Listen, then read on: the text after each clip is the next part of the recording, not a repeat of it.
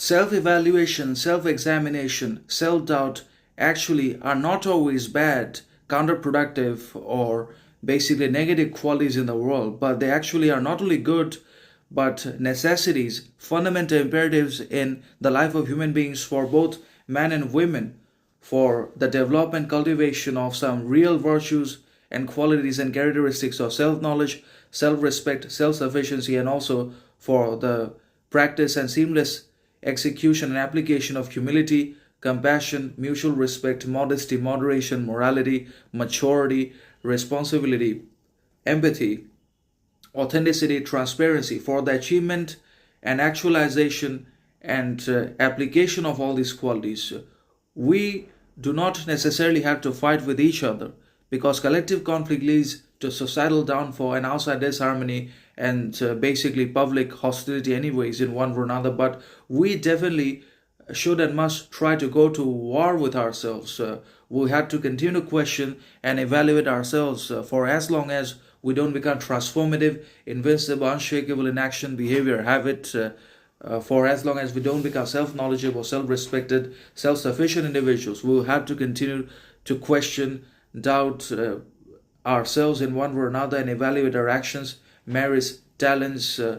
and as well as our shortcomings, weaknesses, deficiencies at every step, so that everything can be brought to light, so that everything about and within ourselves can be understood and recognized. And that is not only the goods, but also the evils, not only the talents, skills, abilities, knowledge, intelligence, character, but also the